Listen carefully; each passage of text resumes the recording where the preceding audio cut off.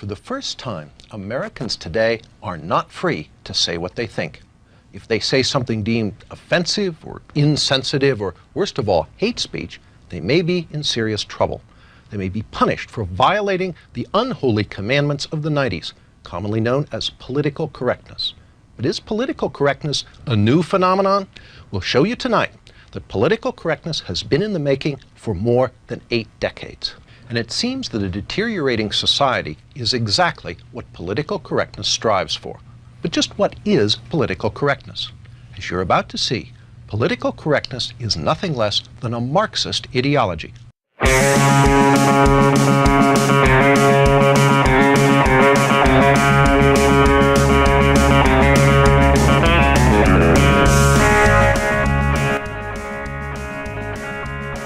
Yes, folks. Political correctness, a Marxist ideology. That's what Mark's saying. Get those comedians out of here. out of here. Up with me. Hello, David. Hey, brother, man. We're bringing back the hits tonight. I mean, that is, I love just how congruent, like, the 90s freak out about this stuff is to what's going on right now in 2023. I mean, we're going really deep in the bag, and David says the 90s. Talking about the 1890s with one of these examples. I mean, let's just get into this a little bit. We got Thomas Kennedy on to talk to DeSantis. Speaking of folks who say they're pro free speech while having extremely reactionary agendas and policies. That was William Lind, who, along with the Paul Weyrich, leader of the Heritage, or one of the co-founders of the Heritage Foundation, helped the right transition from being explicitly segregationist to making it about things like religious liberty and freedom of speech. Mm-hmm. A complaint that is, we're hearing it a lot now, but I think something that I want to stress is that this is not. It's not anything new. This is not even from the 90s. This is not even this is even before the cultural Marxist, which Lind really hates, of the Frankfurt School. This goes before then. Let's start with a little guy named Charles Murray.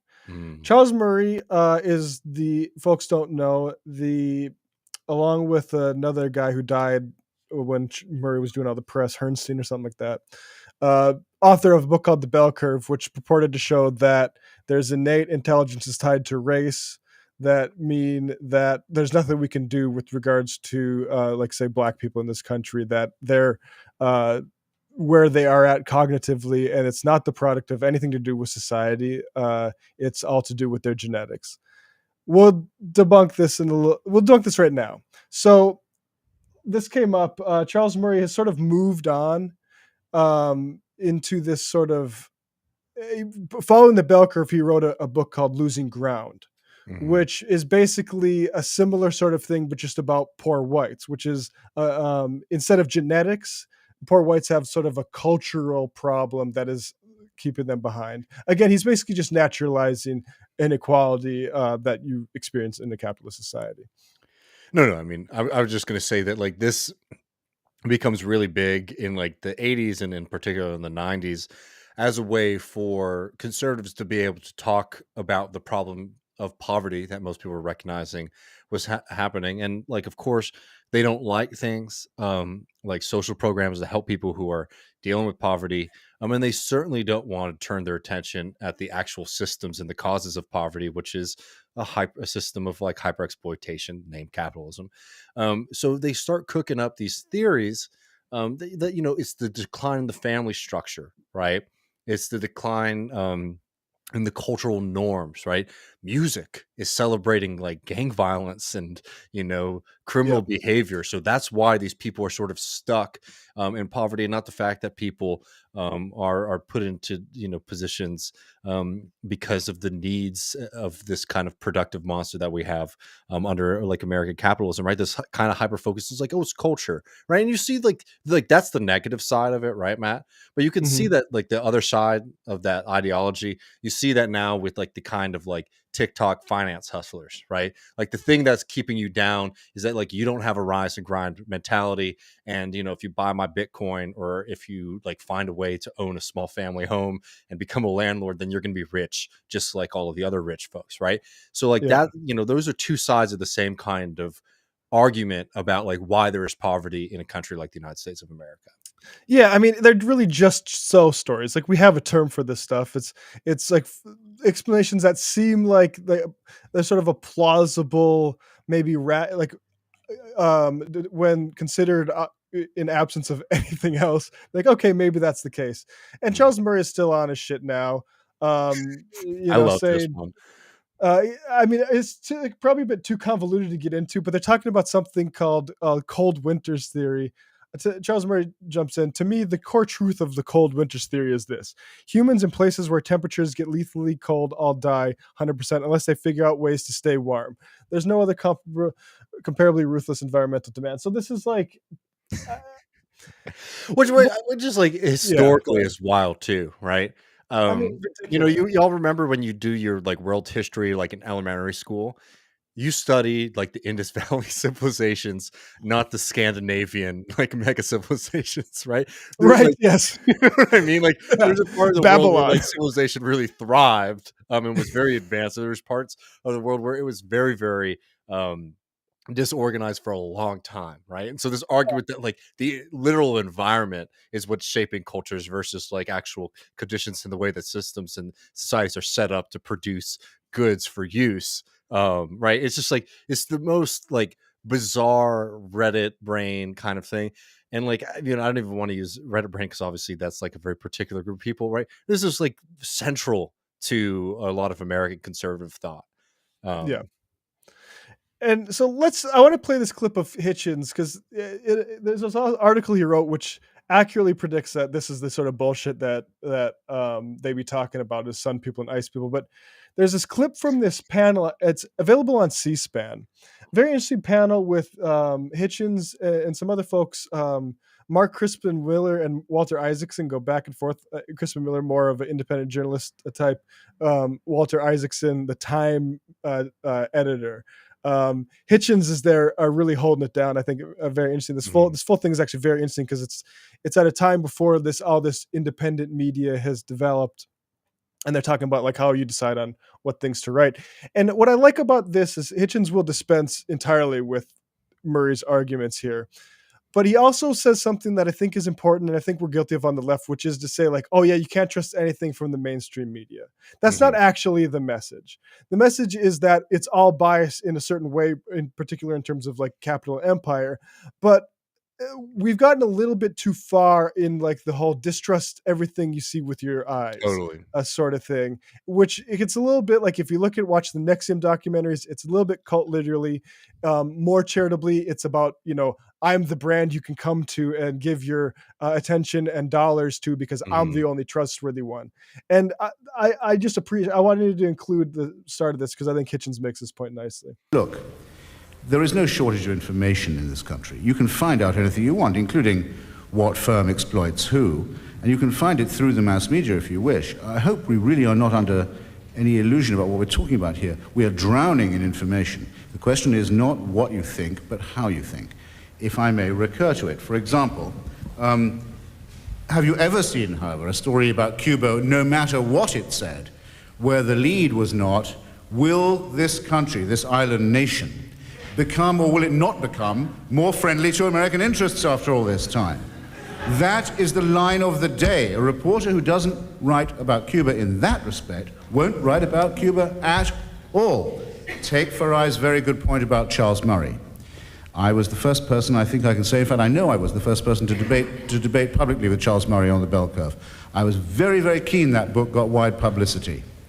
And I was sad that our debate didn't get as much as it could have done, because it is either true, according to these findings and others, it's either true that there's a great deal of race and class subordination going on in America to create an underclass, or it is true that the abused and much inseminated descendants of our former domestic servants are stupid, okay? One or other of these things must be true on the findings, And it's a very interesting discussion indeed, and it was very good for Murray to bring it up. Did you read one story? No, before we get to this part, I just want to say there are people on Reddit who are confused by this. They seem like he seems to be encouraging Murray.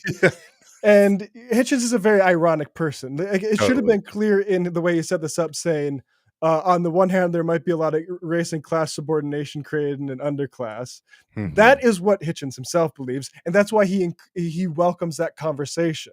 Totally. As opposed to, say, the much abused, and as Hitchens, of course, says, inseminated, because of if you're going to talk about genetics, you got to talk about crossbreeding with the fucking masterclass, right? With American black people in the slave population. But then this is the point that he makes here, which I appreciate the way he clocks this, which is like how you are in fact able to write about this stuff. Stupid, okay? One or other of these things must be true on the findings. And it's a very interesting discussion indeed, and it was very good for Murray to bring it up. Did you read one story that did not say that here is Mr. Murray and the late Professor Herrnstein, line of the day, first paragraph, introduction paragraph, without which the story could not be written or published, at last breaking the taboo of political correctness on this subject. Absolutely. Then you can write about the bell curve. Then you can write about race and class. Then you can do it. It's not what you know or what you think, it's how you think and how you know what you know. It's about the construction of knowledge. Do you think? Yeah. I mean, and really, like, we see this over and over again. I want to stay on this bell curve just for the folks on the Sam Harris subreddit who weren't entirely sure which side of the IQ debate Hitchens comes down on. This is one of his best succinct columns. Like, if this was your job for the week, like, this is Hitchens nailing it here. I'll just read a little bit from the first paragraph. There is, and there always has been, an unusually high and consistent correlation between the stupidity of a given person and that person's propensity to be impressed by the measurement of IQ. Was it not the boy in the back of the class, that prognathous dolt, who, removing grimy digit from well-excavated nostril, the better to breathe through his mouth, would opine, they're not as intelligent as us, been proved in it scientific. Let's just go a little bit to the science, because there's stuff, and I recommend, we sort of dealt with this in a video that was on TMBS that's up on the Majority Report a YouTube channel called Sam Harris Lights His Career on Fire. That goes into some of the more recent IQ stuff, but it hasn't really changed much since Hitchens was talking to this scientist here. Dr. William Hazeltine, who runs Human Genome Sciences, Inc. This concern is by at least 5, blah, blah, blah. His firm has recently identified the genes that predispose humans to colonic, ovarian, and uterine cancers. We have gone in a relatively short time from identifying about 2% of the human genes to more than 50%. That's 2,000, 3,000 to 60 to 70,000, and there are probably not more than 100,000. If the system is a transistor, we have gone from analyzing circuit boards to breaking down its components, and only 1/4% of our basic genetic information can be ascribed to what we call racial differences. It is a difference between individuals that are enormous and becoming better known. There are almost 15 million changes in the genetic code between one human and another. Now, this at this remove, this should be obvious to people at how artificial race was, but let's just go a little bit further. In other words, scientific advance confirms that there is only one human, quote, race, and that the individual possesses fantastic complexity and variety. But pseudoscience persists in its petty quest for the elusive G-spot of quantifiable intelligence, and the result of the latter practice is that individuals become subsumed into lumpish, arbitrary categories. And the conservatives want to take credit for the brilliance of the second option. Let them have, quote, the ice people and the, quote, sun people. Hitchens wrote this in 1994. This is still what fucking Charles Murray is doing. And all the rest of the rubbish, while the left emancipates itself from all versions of ethnicity and concentrates on what it should have never forgotten, what Gramsci called the project of the whole man. All societies that have tried to keep themselves pure from the Confucian Chinese through the Castilian Spanish to the post-Wilhelmine Germans will have collapsed into barbarianism, insularity, and superstition. And swiftly enough for us to be certain that the fall was no more connected to the genes than was the rise. And this is the key point. and this is as well put as like you were talking about Stephen Jay Gould with Kevin Bird, but this Mhm. is so well put. There is no gene for IQ, and there is no genetic or evolutionary timing that is short enough to explain histories or societies. And I think that's the fundamental point right there. And like, just for people who want to continue like exploring and learning on this too, I highly suggest reading the Field Sisters, classic work, Racecraft, which also really breaks these things down. And like the right has embraced them, and they are, these tired ideas that have been debunked scientifically time and time again live and thrive in the space where the Sam Harrises and the Weinstein brothers or whatever say, we're the only ones. We're the only rational, reasonable people who are willing to have these conversations because Yeah. the woke mob, we're back in the 90s, the politically correct folks won't allow us to do this, right? Time and time again, this has been just absolutely debunked. This idea that like there is like this genetic racial difference across a lot of things, but in particular, in the case that they're trying to argue about it in the level of intelligence of people, IQ as a measurement is something that is highly flawed. In fact, people recognize it was flawed back in 1905. This isn't something that like later, in like society, we realized was a big problem. Back then, people were criticizing and saying like, oh, this is probably not a great way to measure or treat as like an objective measurement of intelligence within people, right? Yeah. It measures particular things, particular skills. The testing, as people know, has biases, and you're going to have certain advantages depending on culture and all these other things that aren't reflected in like your actual intelligence, but more so in your ability to present in a way that is going to be reflected on these kind of tests. And of course, again, this is not new information, but it's something that like has held the mind and like the imagination of a certain section of the right for a long time. And I think because like there is this kind of general tendency, I think, in humans in general to want to be able to take complex, difficult things and be able to boil them down to a number, right? I'm 102, right? Or I'm 123, or you're 145, right? Like people want to be able to have that kind of measurement instead of recognizing that like intelligence is a very, very complicated and fraught thing to be able to measure or understand in any metric. Yeah. And I also just want to underline like Hitchens is like relishing, like when he says like he's glad Murray brought it up. Like that's it. And he says, indeed, it's an important conversation to have because that stuff about the class oppression is important to talk to. Mm-hmm. If we don't talk about that stuff, the Charles Murray sort of naturalization thing kind of runs on its own course.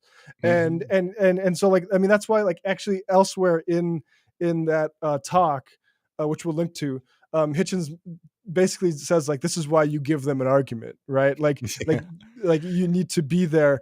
And I don't know if you have more to say on Hitchens here, but I do want to widen the scope 100 years to, and we'll start with, this is from a book by Fayette Hall called The Copperhead, or The Secret Political History of the Civil War Unveiled. Ooh. And it sounds very interesting. And I'll just cut to the chase here. Cut to the shot before we get to the or the chase before we get to the shot. But this is what this person has for us. So the New York World of the above date gave illustrations of a series of 7 heads from man-like ape to ape-like man, up to the high intelligence. This ape-like man is second in the list. It was intended as a companion portrait to Mr. Lincoln's to show the similarity of the two brains, but our printer, being a Republican and a gentleman of sensitive, fine sentiment, read PMC, thinking it might have been taken as a caricature, wished to be excused from printing it, to which, to spare his feelings, we cheerfully consented. And well, I'll just go a little bit. Here's like what they're comparing it to. Look at, that's proof Lincoln is phrenologically less than. But what's more interesting to me is all the fucking preface that I had to read to get to this part of this book, which is, the man who knows the truth and fears to declare it is a coward, but he who should suppress the truth with free speech should defend it through fear and conflicting. It's all this stuff about basically the woke mob. Here's a little bit more phrenology. Here's a little bit more. There's a Thomas Paine quote: "The liberty of the press, it is like the air we breathe. If we have it not, we die." And it was from the teaching of Thomas Paine and his sympathizers in this country, that the author of the Declaration of Independence and the Bill of Rights, that the inspiration came to embed the federal state, blah, blah, the provision that we must speak freely. And just one more that I think is the best. That any person or speaker who exposes facts or expresses an opinion at variance with their assumption, arrogance, and dictation shall be suppressed by mob violence or any other means necessary to crush out free speech.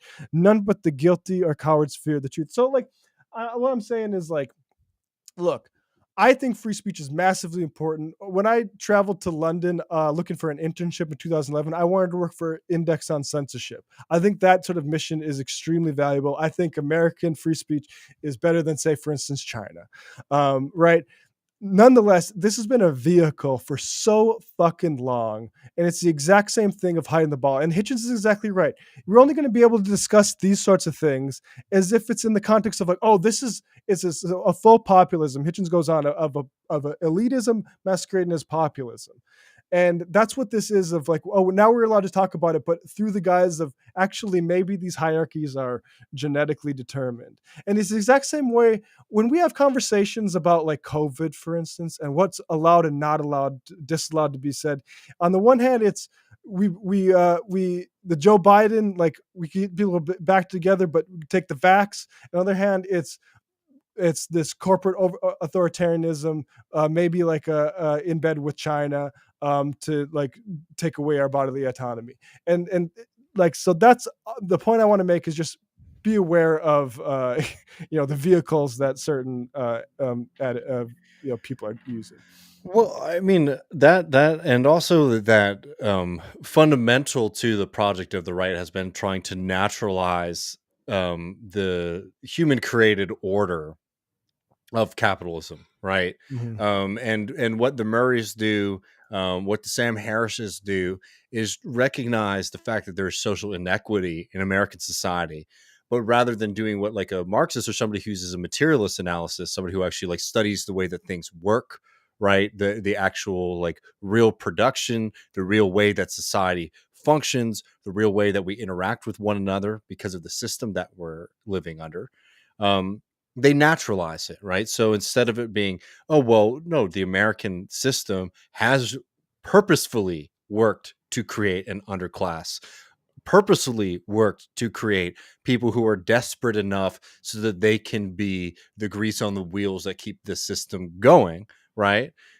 Rather, no, it's actually just like, some of these people are stupid and there's nothing you can do about it.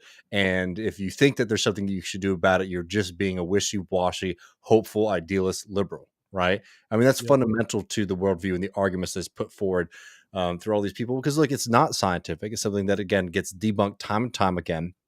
Again, I highly suggest that people want, like, a more in-depth, like, breakdown about these things. We had Kevin Bird on the program. There's a link below in the show notes on YouTube for people to be able to watch that interview about the way that the right has tried to sort of present themselves as, like, the defenders of science, the defenders of truth.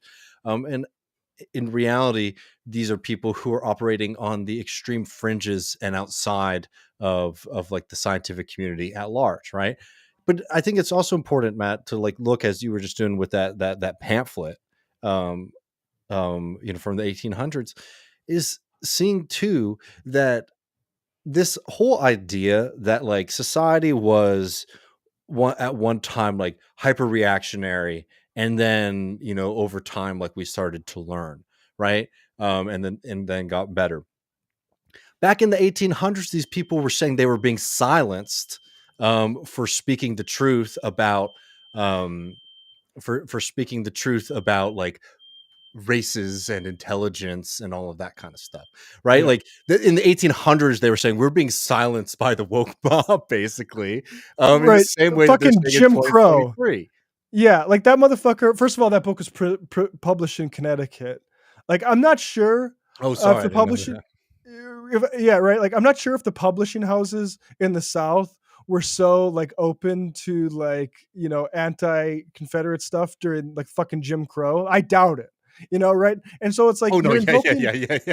right? Like you're invoking like Tom Paine, and you're saying all this shit about like, which is true about free speech, and you don't say like, oh, by the way, yeah, that fucking racial sort of like slavocracy is sort of reforming itself as like a Jim Crow sort of oligarchy. Maybe we should like look at that a little bit. No, that stuff, there's like hundreds of lynchings this year, but it's that the fucking New York Herald won't publish this phrenology about Lincoln. And look, there's a lot of stuff I suggest people check out.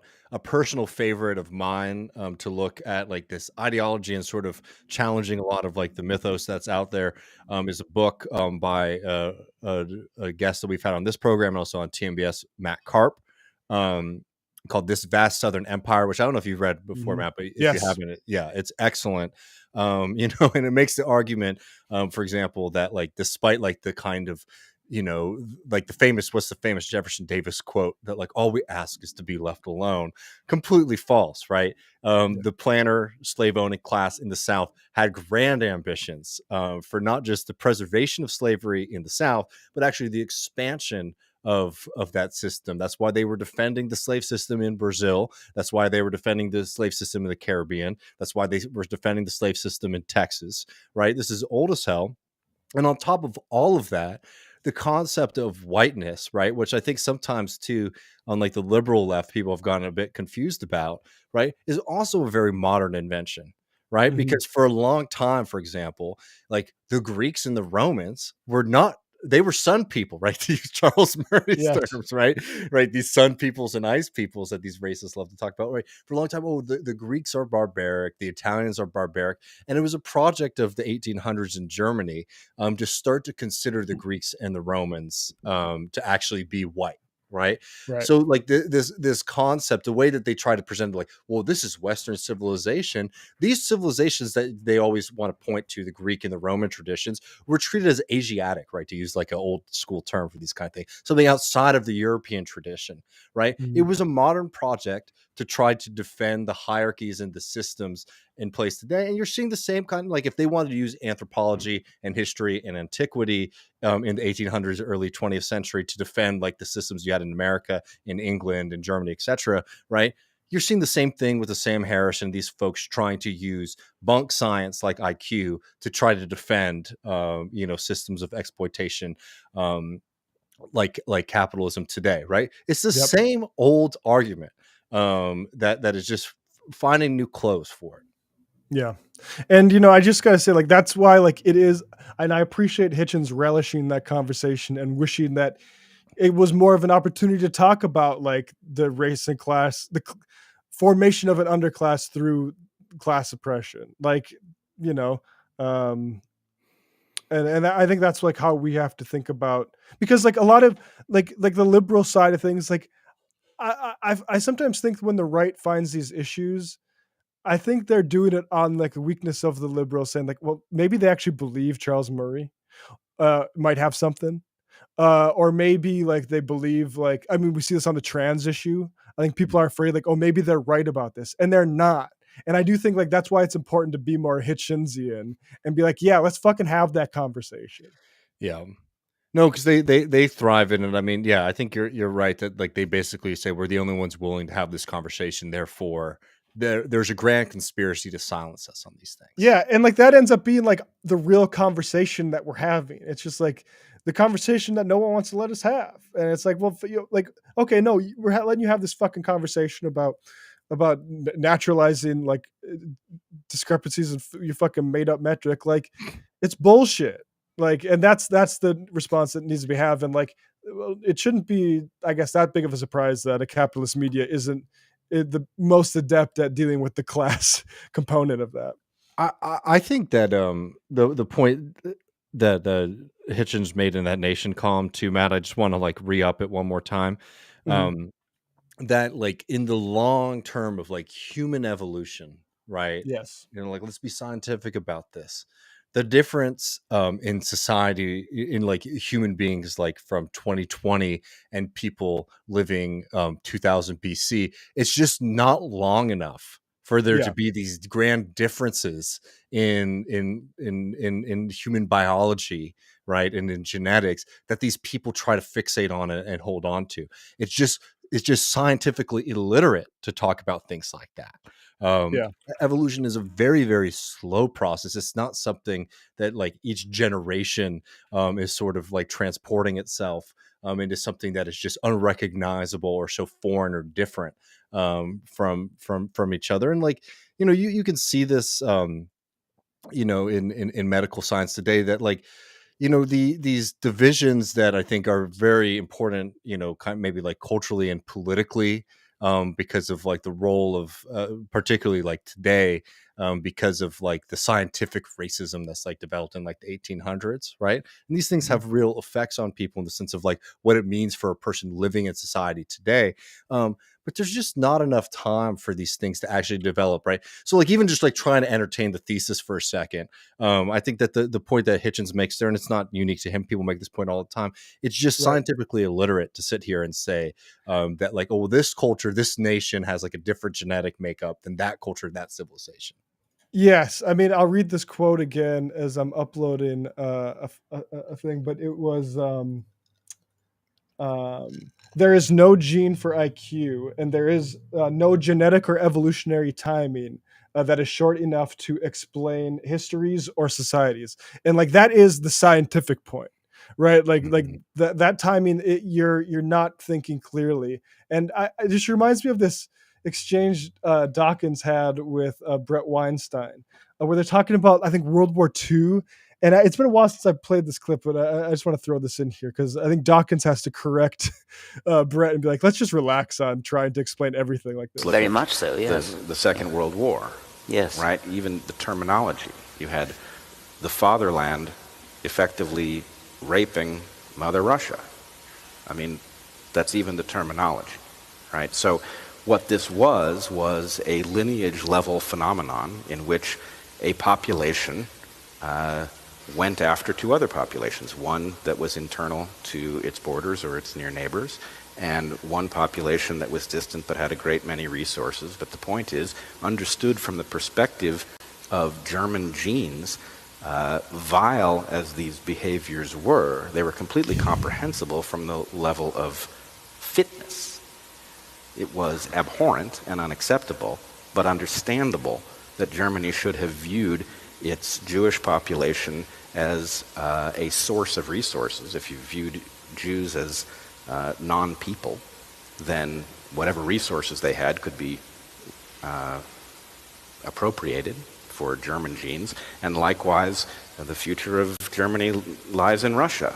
All of the resources of Russia, and how many million, is it 20 million Russians it took to turn the German war machine around? So what you have are these population against population conflicts. If you view it as group selection, it makes no sense. But if you view them as lineages, it makes a great deal of sense. And the belief structures that caused people to step onto battlefields and fight were clearly comprehensible as adaptations of the lineages in question. Oh, my Lord. I think nationalism might be an even greater evil than religion. And I'm not sure that it's actually very helpful to talk about it in Darwinian terms. I think it's perhaps this might be a case where we do need to defer a little bit to historians and non-biologists and think about it in other ways. Yeah, so It's like, like these are friendly folks, right? So like that's as close to a body slam as you're gonna get from Dawkins. I mean, That's that long amazing. fucking preamble where Rich is like, he like recoiling separate times, being like, can you let me get a word in?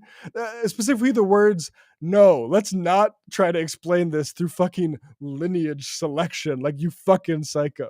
And like, and like, look, like that, no scientifically literate person is convinced by what Brett Weinstein is doing there. That was pure flim-flammery. Like there were, to the point where there was nothing Dawkins could even say to kind of soften, like, No, let's defer to historians. You will not hear Richard Dawkins say that about very many topics. That's very true. No. Richard Dawkins is somebody who said that, like, if an alien civilization ever discovers Earth, like, they won't be interested in our Shakespeare's, our Marx's, our Aristotle's. They're going to be interested in Darwin, like, the people who discovered scientific, discoveries, right? That's a big thing for Darwin, I mean, for Dawkins, to claim there. But it's like, I mean, because what Weinstein is saying again is like so insanely anti-scientific. Like the way he's trying to use Darwin, the way he's trying to use evolution there. I mean, what is the German people, right? This is not like a nation that has existed long enough to even like be considered, right? Like, hell, if we're saying like 4,000 or 5,000 years is like too short to be considered like as like a distinct group evolutionary, right? You're talking about something that like was non-existent until the 19th, 20th century, right? What the fuck are you going on about? Yeah. I mean, look, like people need to know, like, it's very simple what happened there. Brett Weinstein is a charlatan. He Yeah. has no real, And like, Dawkins sucks too, right? Dawkins It's sucks as well, amazing yes. that, like, yeah, no, totally. I mean, I'm Right. thankful for him saying what he said, right? Like, it gives me a lot more respect for him. There's a difference. Like Dawkins actually, like Dawkins compared to Brett Weinstein, like it's not close who has actual scientific credentials. Yeah. Brett Weinstein is not in the same league, regardless of what their politics are. Like Brett's shit is he did a few things and then he was adjunct and then did a couple stunts, my opinion, which he explicitly said the trouble started when the union agreed to diversity stuff in their contract. Now, like he has since been rocketed to stardom based on that. I will point out he is the brother of a partner of Peter Thiel's, so that probably didn't hurt his rise. So like he doesn't have any actual expertise on and none of this shit. And I think that I don't know if there's a clear clip of, I mean, there's lots of clips of him being absolutely batshit crazy, but that one, I don't know if there's a more damning clip. Like if you show that clip to somebody who's a Weinstein fan and they don't think it is damning, they don't know shit about science. Yeah. I know. I think it is really dangerous. I think sometimes it's important to sort of recognize the scope and like area that these people have influence over.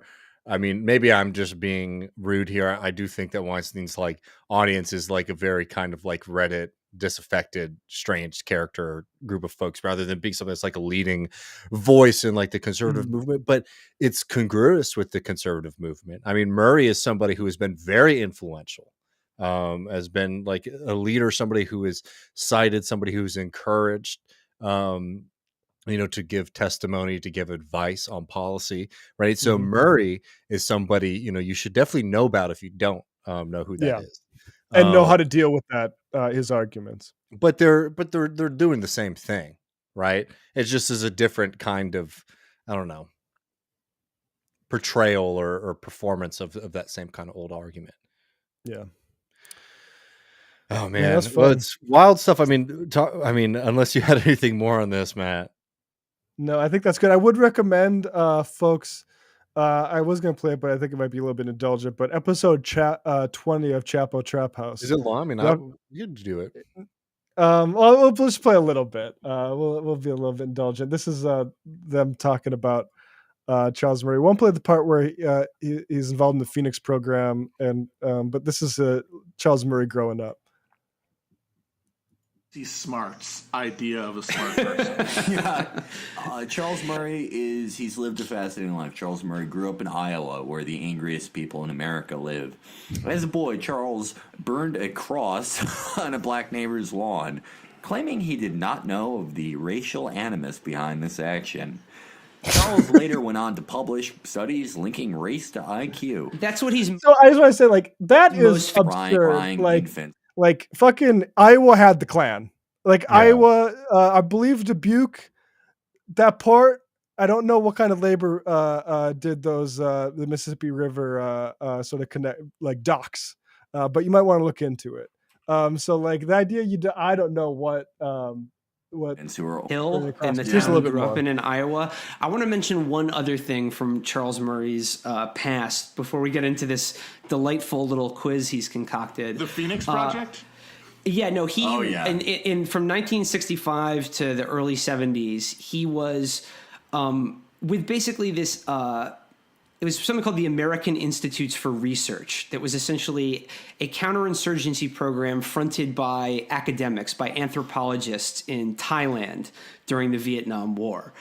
And what they did was essentially use what they had studied and learned in the social sciences to better understand how to break, manipulate, and terrorize villages that they thought might go communist in rural Thailand, including things like using starvation, assassination, all kinds, but like with this kind of academic pseudo-psychological tilt about, the Asian villagers' minds and how best they could be broken and manipulated to serve U.S. policy in the region.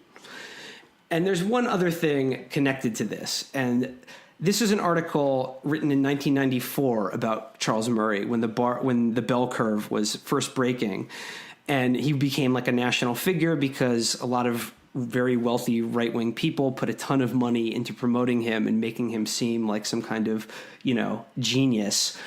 This is an article. They mention his, the years he spent as a young man in Thailand. I'm quoting now from the New York Times article. What then took place in Bangkok?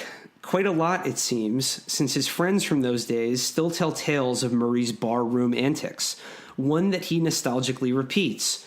Murray explains that he and a Peace Corps friend once sat for 12 hours at a place called the Pat Pong Terrace, interviewing bar girls as they returned from their liaisons, taking, quote, all sorts of intimate notes about who did what that I don't care to repeat.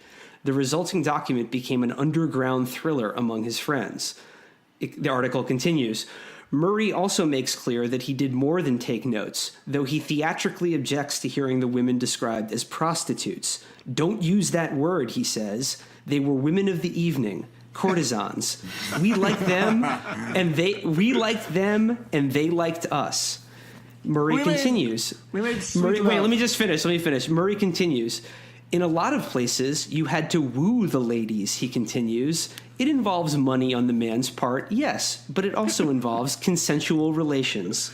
Holy shit, dude, this is Carl Diggler talking. Okay, yeah. Pretty funny. No, that's Just, the brain. yeah, and like the point, I guess the broader point, besides being embarrassing, is he's not a scientist. Murray has always been a think tank sort of gremlin, and like sort of like a sort of mercenary, like a borderline intelligence asset. Like he's not a scientist at all. And like when Sam Harris, when he did that, I knew at the time, like, you fucking set yourself on fire with this shit. Like, you can say like, oh, we should. No, this isn't like some guy trying to get his science published. It was a guy with a sort of political message that he was selectively using science to try to prove. Mm-hmm. It's dark stuff, man. Well, happy to, try again to shed some light on this, because unfortunately it's one of those things that you can debunk time and time again. And it seems to always come back. People have been challenging this stuff for a long ass time in this country, and I think it's important to not ignore it, because they do thrive in like the sense of like, oh, this is the secret that they don't want you to tell, right? This is the truth that there's a coalition trying to block it, instead of the reality that this is just pseudoscientific, like this is pseudoscientific nonsense, has been debunked time and time again by people who understand genetics, by people who understand, human biology, and is also just very, very clear, I think, from anyone who has a brain, that, as Hitchens says, it's probably more likely that America has a genuine interest in creating an underclass, both racialized and class-based, so that it can use them to grease the wheels of this empire and this machine, to do labor, to make this, to make all the nice things that folks like Charles Murray get to enjoy.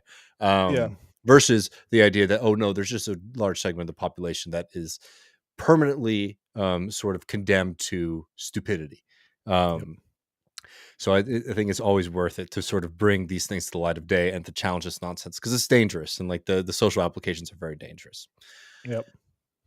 Talking about new as old again, we have Thomas Kennedy joining us with some breaking news and some really important analysis of what's happening in Florida and Ron DeSantis.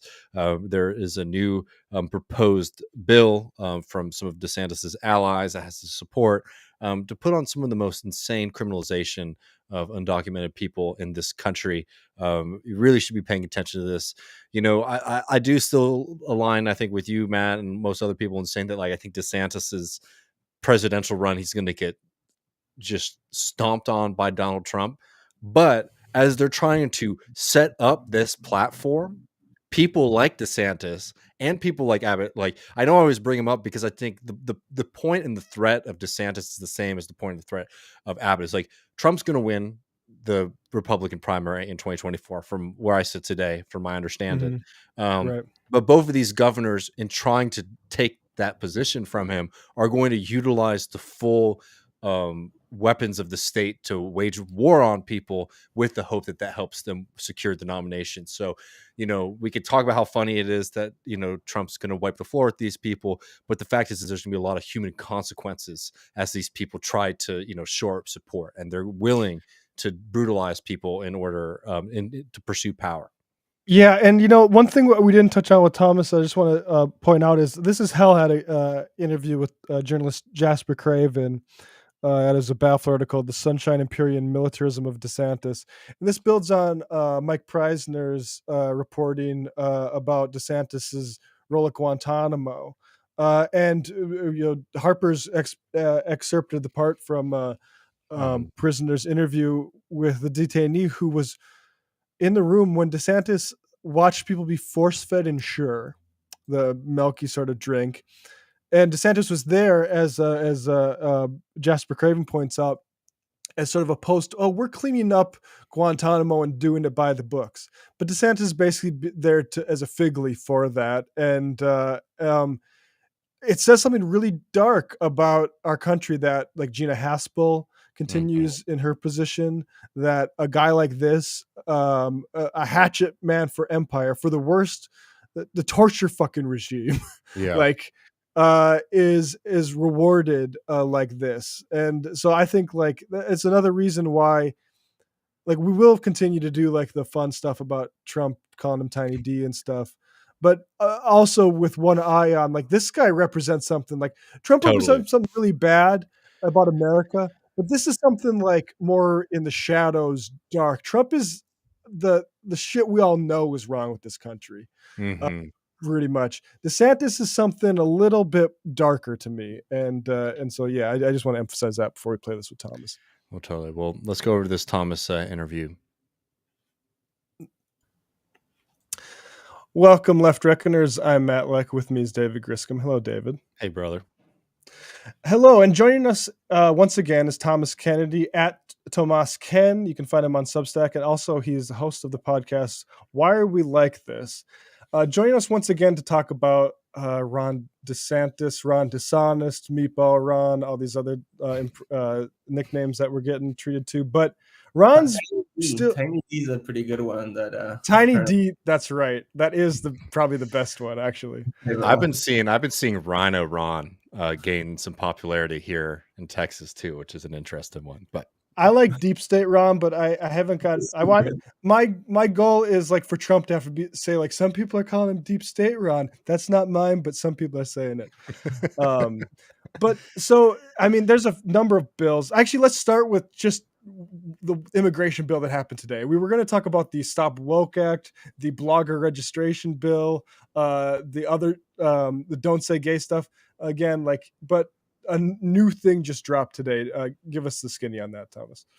Yeah, so as I was telling you, this is like the Death Star of anti-immigrant legislation. I mean, I work on the immigrant rights space, and I don't think I've ever seen a more extreme anti-immigrant bill filed at the state level. So, you know, it's part of a proposal that was, you know, recently unveiled by Ron DeSantis, you know, through his, like, you know, official capacity from the governor's office. So, you know, it was written, at the highest level of state government here. And what it basically does is that it, well, first of all, it violates HIPAA law by mandating healthcare providers to disclose the immigration status of patients. It mandates E-Verify, which is a mechanism that is used to basically check the immigration status of someone before employing them. And it's worth noting that Florida actually passed E-Verify in 2019, but because of the work of immigration advocates, along with like big business, the agriculture sector, and the Chamber of Commerce, they passed basically a toothless E-Verify that had no enforcement. And because they were called out, for being rhinos, basically, they now have to pass this actual E-Verify legislation. And what it's going to do, it's going to basically destroy the agricultural sector here, the hospitality sector, people that need to work in this unfortunately highly exploitative capitalist environment, but that need to work, right? Like they need to work in the state. So it's really a mutually assured destruction in terms of the economy. Another thing that it does, it prohibits people from practicing, undocumented people from practicing law in the state of Florida. It prohibits the use of other driver's licenses from other states in the state of Florida. It bars local funding for community ID and municipal ID programs, such as the one that's in New York, for example. There's a municipal ID program for undocumented people, right? Although you guys also have now driver's licenses for undocumented people. We do not have that here. If you're undocumented in Florida, you cannot get a state level ID or driver's license. So these municipal or community ID programs are really, really crucial because it's the only sort of identification that someone can get.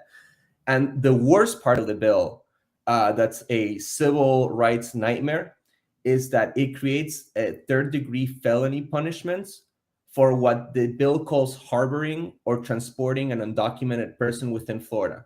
What does that mean? That means that your undocumented family person, your undocumented friend, coworker, whatever the case, if they're in your home and someone denounces you and the police comes, immigration comes, and you're found out, you are liable for a third-degree felony. If you get pulled over driving with somebody that's undocumented in your car, potentially you could be liable for a third-degree felony. So this is really, really serious stuff that's happening in Florida. I mean, those sorts. I don't want to invoke the fugitive slave laws, but like that sort of thing, like it does seem like, I mean, the way we're turning our populations as to sort of, arms of the state oppression, and it's just ridiculous. Like the one thing he's not doing is saying harsher penalties for the capitalists that are exploiting like immigrant labor. That's particularly like you say, like the ID stuff that just keeps people in the shadows, so they're able to be exploited even further. Yeah, in fact, I worked to establish a lot of these community ID programs in Florida, and in counties like Miami-Dade, Broward, Palm Beach, Alachua. And we had to work with law enforcement, because it's ID programs. They're just not getting passed if you don't have buy-in from police and those type of entities. Mm-hmm. And when doing the research for these type of community ID programs, one thing that we looked at was the 9/11 Commission report, right? Because that's when ID laws were tightened, right? That's when getting a driver's, you could get a driver's license before the 9/11 attacks in Florida. In fact, my dad, who was undocumented, got his driver's license before the 9/11 attacks. It expired. He couldn't get another one after that.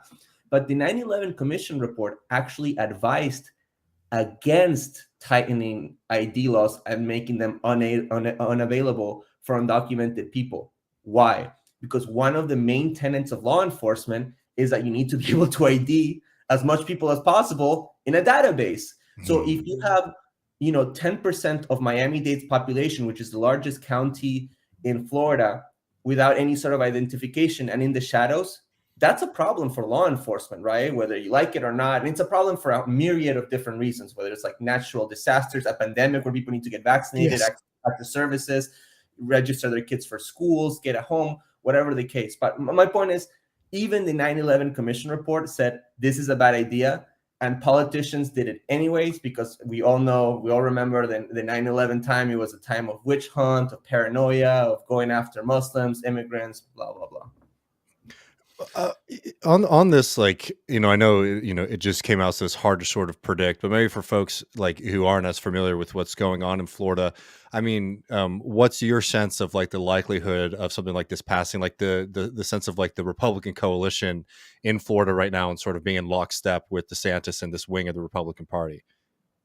Well, there was an interesting article in the Tampa Bay Times today, which is the newspaper, Central Florida area. They were basically detailing how no other governor in recent Florida history has had so much control of the legislature. And look, as somebody that's been working, in the legislative session, I used to work for a state representative called Jose Javier Rodriguez, a Democrat. I've been there where the sausage has made. It's true. I've never seen this level of compliance from the legislature. Even Rick Scott, I mean, he would get, his bills not passed. He would veto stuff. He had an adversarial relationship with the Republican Party of Florida and the state legislature, not Ron DeSantis. And now, because of the complete failure of our pathetic Democratic Party in this state, they have super majorities in both chambers, and they have all the executive cabinet positions. So they really have unchecked power, right? I mean, this state has been controlled by a Republican since the early 2000s. So it's been over 20 years of this, but now they literally have unchecked power to pass whatever through committees, pass whatever through the floor. It's really bad. Let's talk about another one of those bills, SB 1316, the blogger registration law. Now, as an independent journalist yourself who has been noticed by the DeSantis administration, can you just fill us in about what this blogger registration bill is? And like maybe the guy who, like, again, like you said, like this is a very legislature that's very beholden or simpatico with DeSantis. So to start, let's look at the sponsor of the bill.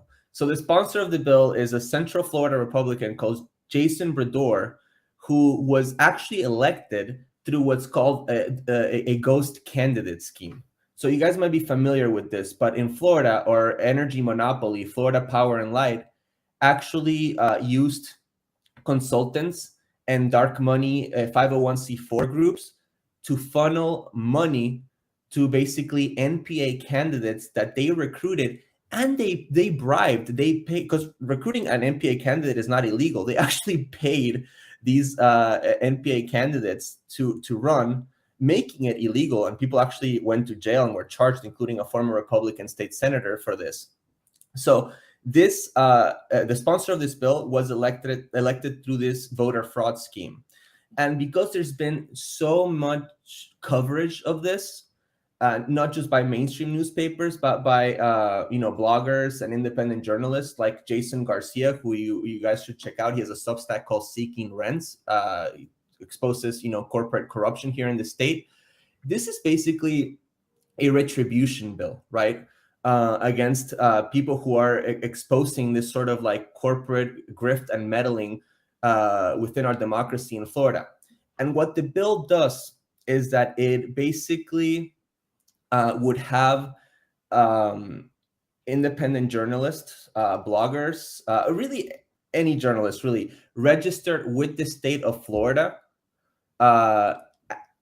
if they cover, the politics, really, like Ron DeSantis, the state legislature, or the executive cabinet. And if they don't do this, they would be subject to fines. And, it's very interesting because immediately after it was filed, it was noted that a similar law was passed years ago in Russia, which has not a friendly environment for freedom of the press, and also in Hungary, right? We're under the right-wing government of Viktor Orban, and right. the law was so. Because this was during the early tenure of Viktor Orban. This law was passed in 2010. There was such criticism by the European Union and the larger European community that eventually those like registration provisions were repealed. So what I'm trying to say here is that this is a law that was like too much for the Albanian-Hungarian government, and they're trying to pass it here in Florida. I mean, it's wild. It's entirely unworkable. Like you said, like the fines, it's like $25 a day per post, up to $2,500, and you have to like disclose who funded your post. Like, what does that mean? Like, do I have to like give you all my Patreon subscribers, like, or Substack subscribers? It's just insane. It's absurd, but you know, we have seen here in Florida that constitutionality, you know, it's not something that they give a shit about when passing these laws, right? They're basically throwing shit at the wall and seeing what sticks, because what they really want is the headline, right? They want the headline and they want the attention. And look, hey, if a conservative court and some crazy ass right-wing judge makes it stick, or it goes all the way up to the Supreme Court, which we know is a conservative court, gives it, the judicial president, great. But they don't give a shit. They're throwing shit at the wall, hoping it sticks, and just getting that sweet gratification of that headline. Well, I mean, they really can't lose. Sorry, David, just real quick, but they can't lose the way, like, if the Supreme Court verifies it, then they have a permanent ish win. If they throw it down, it's like, look at, we're fighting the establishment on this stuff. It's a win-win for them, unfortunately. Yeah, I mean, like, this is the thing. It's like I'm here in Texas, and like it's been very worrying to watch this kind of rivalry between DeSantis and Greg Abbott. There's like a joke here, like amongst journalists, that like if you want to predict the future in Texas, you'd need to subscribe to the Miami Herald, right? Because it's basically they're both doing this kind of thing with each other, trying to see who can sort of like out right wing the other person. And I think what you're saying is exactly right, in the sense of like, yeah, these things might not be constitutional, these things might fail, but it's a win because they get to go up when they're both running for president and say, like, I try to do these, red meat things for our base, and the broken court system or whatever, prevented us from doing it. But like, I was curious, like specifically on this, blogger, journalist, like registration thing, like what even is like the rationale that they're putting forward for people? Is it to stop like disinformation or to stop like dark money? I'm just curious, like how they're even trying to sell this to people, because I don't know. Like, maybe I'm being too sympathetic to like conservatives, but even, trying to understand that ideology, it feels like this is completely out of bounds for certain folks. The free speech folks. Yeah. Yeah. Yeah. Where's Glenn Greenwald, right? We'll wait for that. You never know. You folks, let's build a coalition of unlikely allies here in defense of the First Amendment. No, they're never going to come. But so basically what they're saying is that this is an election transparency issue, because what their rationale is that these bloggers, these journalists, are actually not journalists at all. They're paid advocates. You know what I mean? They're activists, and we deserve to know who funds them. But like advocacy journalism is protected under the First Amendment. There's no journalism clause in the Constitution that says that it needs to be objective and nobody can, you know what I mean? It's just nonsense. Yeah. But again, it's what we're saying. They don't care, right? This is just about going after the fake news media and and whatever. And it's like Matt said, if it sticks, great. They went after the fake news media, and if it doesn't, then look at that. We're fighting the establishment at every turn we get.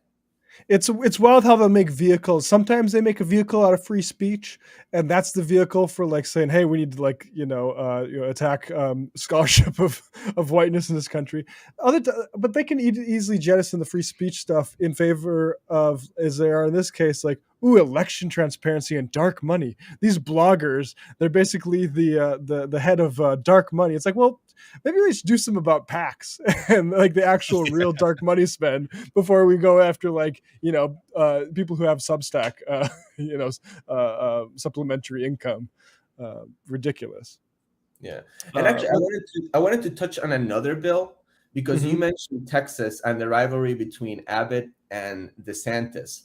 So I'm sure you guys and a lot of people who listen to this podcast will remember the migrant flights to Martha's Vineyard last year. So there was a lot of controversy, obviously because of like the cruelty, the fact that they use these people as props. They gave them bad information about their asylum cases, possibly sabotaging them. But The Intercept and others had really, really good investigative pieces that showed that the company that was contracted to make to run those flights was actually a company that exclusively donated to Florida Republican campaigns, including Larry Keefe, who is Ron DeSantis's quote unquote safety czar, who designed the program. So there was like, also there was like, there's like, you know, law in Florida that you can't actually use state funds to basically have undocumented immigrants or transport undocumented immigrants to sanctuary jurisdictions, which is exactly what they did, right? There's been a bunch of different lawsuits to try to get an injunction, you know, a freeze on the usage of that money, those tax dollars for these sorts of programs.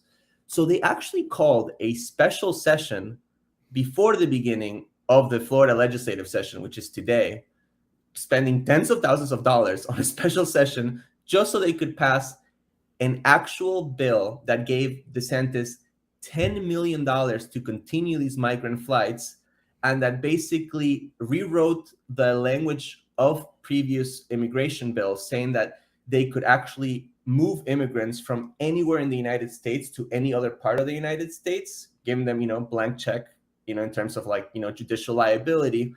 And the bill also included approval from the state legislature, not just on the usage of these $10 million that were now approved, but the usage of the money last year, basically avoiding an audit at the state level on how they used the money. And they can do all of this with no bids. So even if you approve the usage of this money for these flights, they don't have to bid for the best deal, you know, in terms of, you know, how much it's worth. So there's just my point is, beyond the cruelty of just the actual fact of these migrant flights, right? What they did to these people, it is such an obvious grift that was used also as a kickback for their donors. And so much of Florida is that, right? There's just so much grifting going on.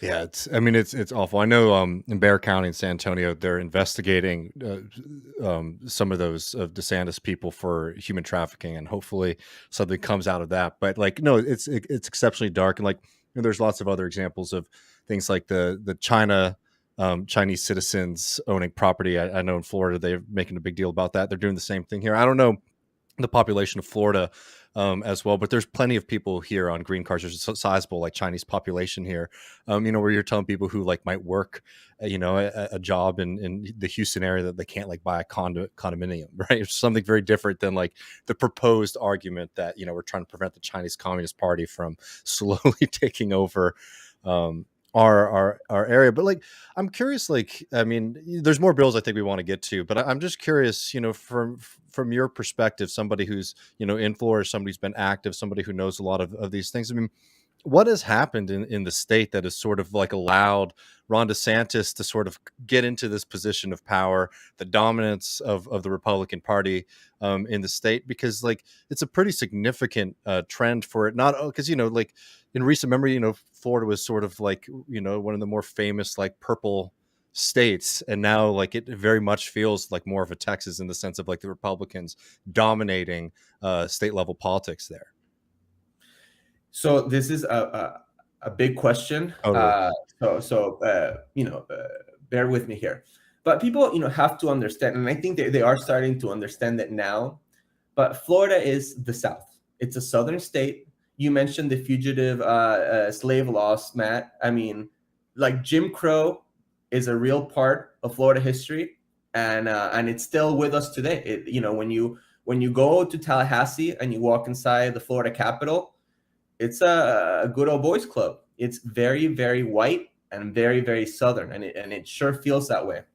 So, you know, another thing is, yeah, Florida was a purple state and it was more competitive, and maybe it can be in the future, but it has been controlled by the Republican Party since the late 90s, right? So they've had a clear majorities, not super majorities. That's a recent development, but they've had clear majorities in the state legislative chambers. They've controlled the governorship and most of the positions in the executive cabinet. You know, the Democratic Party here, traditionally, historically, it was very, very powerful, right? All the way up until the turn of the millennium.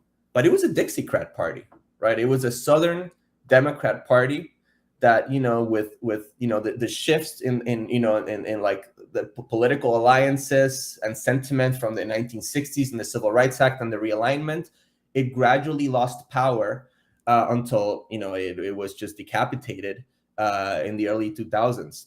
And they've just they haven't been able to build a competent organization. They haven't been able to build good infrastructure, aside from when Obama won the state twice. But that was more about Obama as a candidate and his national operation than the Florida Democratic Party. Another thing is that the Florida Democratic Party is a corporatist party. I'm involved with them, and I'll tell you, they have a list of corporations like Florida Power and Light, like Big Sugar, U.S. Crystals, that they can't really attack in press conferences or press releases because they're donors to the party. And if you go to the annual gala, you can see all these companies are in their little booklet of donors, right? So they are a pay for play. They're controlled opposition. Another factor that I think is really, really important here is that Florida is extremely right-wing in terms of its diasporas, right? I'm from Argentina. So when I went to vote at the consulate, and I voted for Fernandez, right? I voted for the Peronista, Alberto Fernandez, Cristina Kirchner as the vice president. I went and I voted for the center-left party. I think 92% of the people of Argentinians in Miami voted for Macri, who was the neoliberal right-wing candidate. And it sure felt that way when I was at the consulate. I think 96% of Brazilians recently voted for Bolsonaro. You know what I mean? The Cubans tend to be very, very right-wing. The Venezuelans, the Colombians, when in the recent elections on the runoff between Rodolfo and Petro, overwhelmingly voted for Rodolfo Hernandez. So you have just very, very right-wing immigrants that come here, unlike the Hispanics from the Southwest, right, which tend to be, more Mexican. And that's where Bernie did really well. I worked in the Bernie campaign in 2020, and we absolutely crushed it in Nevada and California. We did pretty well in Texas. In Florida, we lost by 40 points, remember? Because they have this sort of anti-communist, anti-socialist sentiment to them. And then the last thing I'll say is that there was a real realignment with the COVID era, right? I think the Republican Party of Florida and Ron DeSantis were able to really seize this free Florida mantra and ingrain it into people. I remember I saw him do a press conference during the early COVID days, and he said something like, the Zoom class wants to keep you locked in your home while they have their little cushy remote jobs. And I was like, that's dangerous. That's some real pandemic populism right there. And then, they're making the place unaffordable, right? We have now the most expensive rental and housing markets in the country, and, higher inflation than anywhere else in the country. So people are starting to move out. And retirees, asshole New Yorkers and people, boomers from the Midwest are moving in. And those people aren't voting Democrat, and they're not voting progressive. They're voting Republican. So you're starting to see a demographic change that's not necessarily working in our favor. So I think all of these things, and there's I'm sure there's things that I've missed as well, but all of these ingredients are creating a stew for these sort of extremist, right-wing politics that bucked the national trend both in 2020 and 2022, right? I mean, the Democrats can criticize them all you want, but they had a pretty good midterm election, right? I mean, they defied expectations, except in Florida. Yeah, I want to talk a little bit the Florida stuff, because if you want to comment on "Don't Say Gay" or the "Stop Woke," these sorts of bills, but broadly, I'm curious how are the Florida Republicans, are they post-Trump? Because the COVID stuff is interesting to me. They're both trying to irresponsible each other on COVID, even though they both took measures. Like Trump will be like, well, he closed the beaches for a while, and Trump himself like was in charge of warp speed and the vaccine stuff. And they don't, of course, they're not going to take credit for that. I'm just curious, like that angle. Let's talk about Trump and that side of it. Like, are the legislature, are they like lining up behind DeSantis now? So that's an interesting question. The Republican Party of Florida just had its elections for leadership, right? They elected a new chair, and the election was largely seen as a proxy war between the DeSantis camp, who ran this guy named Evan Power, who's a real shithead from Leon County, which is up north. He's the chair of Leon County, and Christian Siegler, who is the vice chair of the Republican Party of Florida. Another shithead. He was actually he filmed himself during the January 6th riots. So that's the Republican Party of Florida. So Evan Powers was a DeSantis guy through and through, and Siegler was part of the Trump camp, right? And actually, the guy that won was Siegler, and Trump did not like. He as usual, he wasn't, subtle. He definitely took the opportunity to get some digs at DeSantis. He put out like a statement saying that the Republican Party of Florida proved that, they stand behind Trump and his campaign for president, and Siegler's his man. So, I think, yes, the legislature, and it's not like Siegler is going to go out and, fight DeSantis or whatever. But I think there's a lot of hesitancy to go after Trump, They know that he is the top dog. And something recent that happened too, that really illustrates these sort of proxy battles, is that in this legislation, the anti-immigrant legislation that we started this podcast with, there was also supposed to be a provision that they could add, but as of now it's not there, to strip in-state tuition for undocumented students. That's basically, if you don't know, it allows undocumented students to pay at the same rate as U.S. citizen students. When I was undocumented, I couldn't go to the university because it was so expensive to pay as a foreign student. So this is something that's really important to me because, I lived it. DeSantis initially proposed including stripping in-state tuition in this law, and it's not there. When DeSantis came out with the proposal, Rick Scott, who actually signed the in-state tuition law in 2014 during, remember when the Republicans were trying to be more pro-immigrant before Trump, but after the Obama 2012 defeat.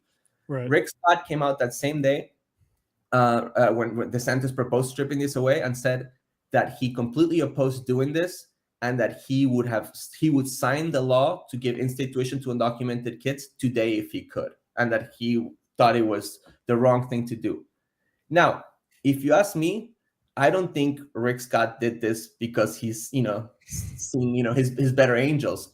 It's right. Because it was an opportunity to take a dig at DeSantis, and Rick Scott is a Trump guy through and through. He goes after Mitch McConnell, he goes after DeSantis, and they know that attacking this like the DACA Dreamer undocumented students is not the most popular thing to do in terms of anti-immigrant legislation. Not that Trump wouldn't, right? But you have to look at these sort of things and who's attacking who, and there's always an ulterior motive, and there's always like politics involved.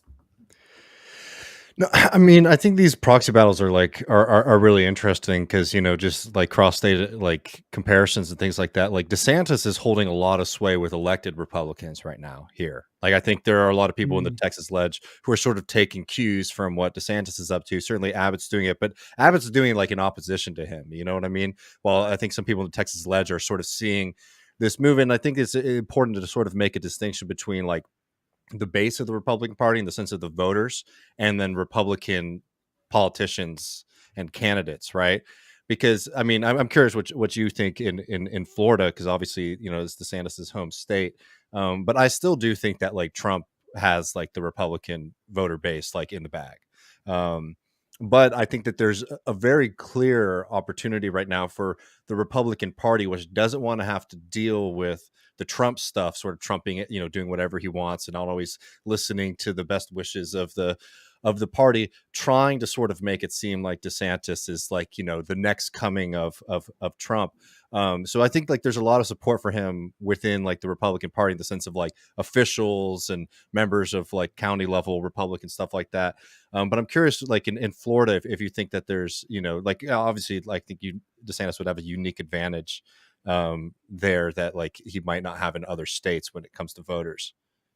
Well, so there. I don't know if you guys saw this. It was circulating on Twitter. I actually tweeted it because it was so funny. But Brian Kilmeade was in a Florida diner recently. I think it was in Vero Beach, and he was like running around, basically trying to find a DeSantis supporter. Like literally asking, "Are you excited for Ron DeSantis?" And like every single person was like, "Nah, I'm with Trump all the way." And he found a woman with a DeSantis T-shirt. And he goes up to the woman, and the woman was like, I actually kind of like Nikki Haley, but you know, if it comes down to it, I'm gonna vote Trump.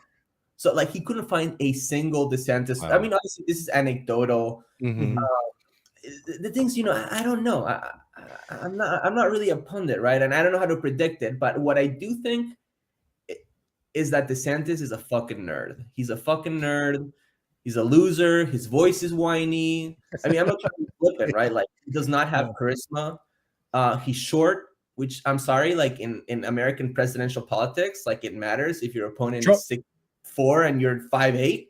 Yeah, which Trump is 6'4". Trump's a tall guy. Yeah, so I don't know, man. I think like if they're in that debate stage and he calls them like Tiny D or Meatball Ron, and DeSantis, you know, responds with his like whiny little voice, I just don't see it, man. But I could be wrong. No, I mean, totally. A couple of weeks back, we had Luke Savage on the show, and we played a little video of like Ron DeSantis' response to some of Trump's bars in the media, and he's just like, "I don't attack Republicans. I want to build this republic." Yeah. It's like, "Oh, you're gonna get smoked, man." Yeah. But you know, it's like the president, sorry, bro, like the first thing that Trump ever did on the first presidential debate that he ever was is they asked him, will you support anybody else on the stage if they win the nomination? And he was like, nah. Yeah, exactly. Because I'm gonna win. And you know what? It was kind of fucking epic, and people loved it. And like, really, like your response to being attacked is gonna be, well, I don't attack all the Republican candidates. Dude, like, I'm sorry, like you sound like a pussy. Like it's not gonna go well with your electorate.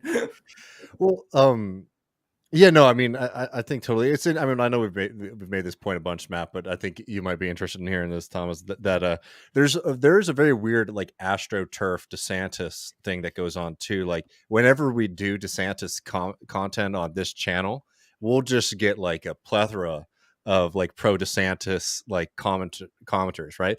And like, you know, like maybe it's anecdotal, maybe they are just like, you know, people who regularly are tuning into like our show to, you know, defend Ron DeSantis, but something smells a little off to me when it's so orchestrated in a way that like it's noticeable to me in the analytics that like doing anything on DeSantis like blows up and gets like a lot of engagement from people saying that they really, really like him. You know, that, yeah, I've had serious doubts about like the actual grassroots capacity of his presidential run. But I'm curious, like, because this happened with Beto here, in sort of the opposite way, where when Beto ran for president, he lost a lot of favor with Democratic voters in the state of Texas, right? Because they were like, you were supposed to be fighting for us, and then, you know, you seem to be much more interested in being in Iowa or like going and doing a presidential campaign. You know, do you have some sense that like, because it's very clear that DeSantis is, you know, priming himself for, and he was just here in Texas recently, you know, giving a big speech. He's going around the country trying to become more of a national figure. Do you think that there might be some kind of frustration in Florida that might come out of him, you know, sort of touring the country and maybe not being as focused on the state of Florida? Look, I don't know. I don't know because the Floridians are very culturally different than Texans, right? And I can see that, you know, the Texan character being more offended than the Floridian. The Floridian, yeah, it's hard for me to say, honestly. What I will say is that, again, I think at the end of the day, you know, Trump is has that advantage built out for him, right? That he can say, look, I'm not abandoning my post, you know, I'm not, and he's going to hit him on that. He's going to say, look, I made you. You came to me crying for an endorsement. You had an advertisement teaching your kid. Did you guys see that ad where he taught his toddler how to build a wall? Yeah. Yeah, you had a campaign ad with your baby reading him my book, The Art of the Deal. You came crying to me for an endorsement. You got the job, and now you're abandoning it. So I could see that line of attack being used against them, and I could see it being effective for sure. Yeah, and he's poor. He's poorer than me. Thomas Kennedy, host of Why Are We Like This, at TOMASKENN on Twitter. Thank you so much for joining us once again, Thomas. No, and thank you guys for giving some coverage to what's happening in the state, because it's really bad, and it could be spread nationwide. And I always tell people, if you're not careful, the Florida of today is the America of tomorrow. So. Yeah, and without the weather, which is even worse. Thanks, Thomas. For sure.